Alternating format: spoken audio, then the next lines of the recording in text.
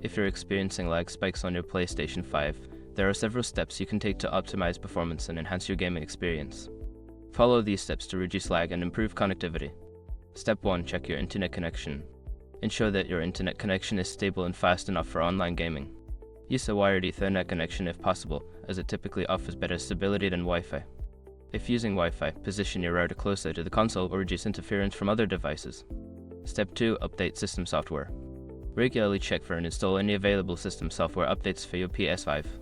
Go to Settings, System Software Update, and Settings. Keeping your console updated can fix bugs and improve performance. Step 3. Manage background applications. Close any unnecessary applications running in the background.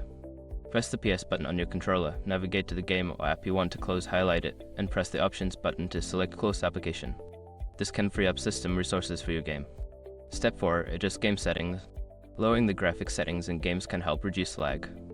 Access the in-game settings menu and look for options related to performance mode or graphics quality. Adjust these settings to prioritize performance over visuals. Step 5. Clear cache.